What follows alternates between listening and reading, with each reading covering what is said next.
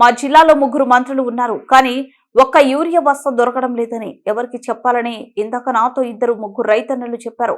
మరి మార్పు అన్నారు, బాగుందా మార్పు అని అడిగితే పాలిచ్చే గేదెను వద్దని తన్నే దున్నపోతును తెచ్చుకున్నాము తప్పదు కదా అన్నారు కేటీఆర్. 2,500 అంటే నీ గుడ్లు వీకి గోటీలాడతా అంటే ఏమైందయ్యా? 2 లక్షల ఉద్యోగాలు మా తమ్ములకు ఇస్తానంటే కదా, మొదటి సంవత్సరంలోనే 2 లక్షల ఉద్యోగాలని అశోక్ నగర్ చౌరస్తాకు వచ్చి నువ్వు నీ రాహుల్ గాంధీ సొల్లు కబుర్లు చెప్తుంది కదా.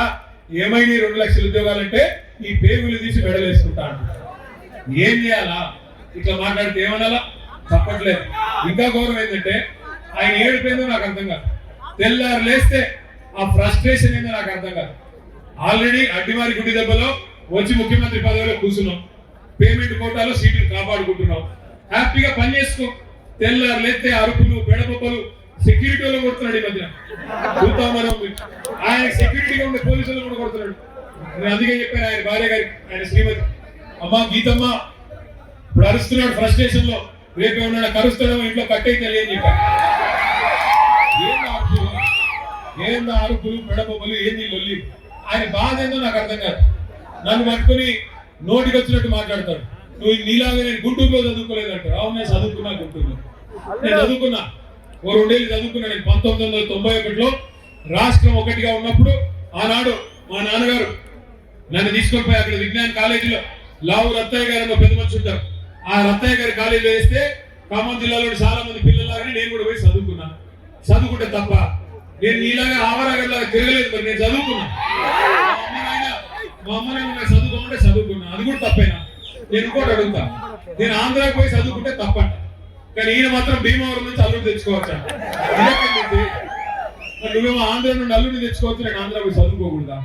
ఇంకో మాట అంటాడు, నేనంట అమెరికాలో బాత్రూమ్లు కడిగేటోనంట. నేనేం చెప్పాలి నీకు?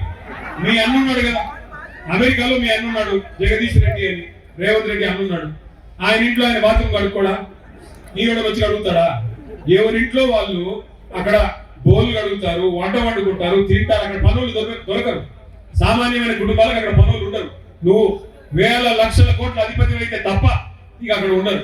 ఎవరి ఇంట్లో వాడు పని చేసుకుంటాడు. అయినా ఇక్కడ మా ఆడకూతుర్లు ఇంతమంది ఉన్నారు, మనం ఇళ్లలో మనం పని చేసుకోమా? తప్ప చేసుకుంటే ఎవరింటి పనులు చేసుకుంటే తప్ప నాకు తెలవగలుగుతా. ఏం మాటలు నేను గెలిపించింది ఎందుకు? అక్కడి నుంచి ఇక్కడ దాకా వస్తూ ఉంటే ప్రజల స్పందన, ప్రజల హావభావాలు, వారి మాటలు ఇవన్నీ కూడా వింటా వచ్చినాను.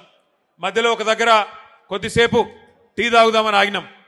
అక్కడ పాలేరు నియోజకవర్గం ఎంటర్ అయిన తర్వాత ఆ టోల్ గేట్కి యువతల కొద్దిసేపు ఆగినాం.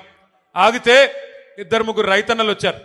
వచ్చి వాళ్ళ గోడు చెప్పుకుంటున్నారు పాలేరు వాళ్ళు.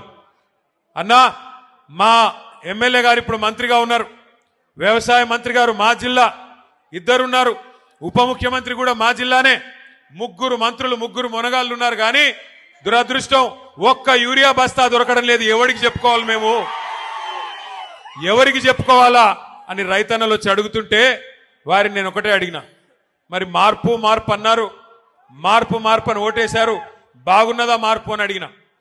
అంటే ఏం చెప్పాలన్నా, సరే జరిగింది.